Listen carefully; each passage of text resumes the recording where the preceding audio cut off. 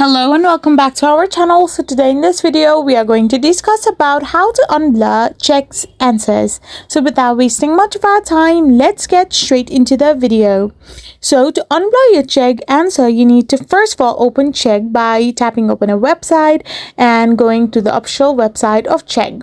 So once you're here, if you see that there is a question and you cannot see the answer to the question as it is blurred, so all you can do is simply take a subscription of Chegg. There are different kind of packages, so simply choose a subscription and you can see all the answers right over there. Or if you want to see a freer option, then go and tap open your Quizlet website. So once you open your Quizlet website, you can see all the questions answer for free. So here you can paste the question that you had on Chegg, and once you paste it here, you can get the answers for free. So by this way, you can unblur Chegg's answers by seeing it on Quizlet.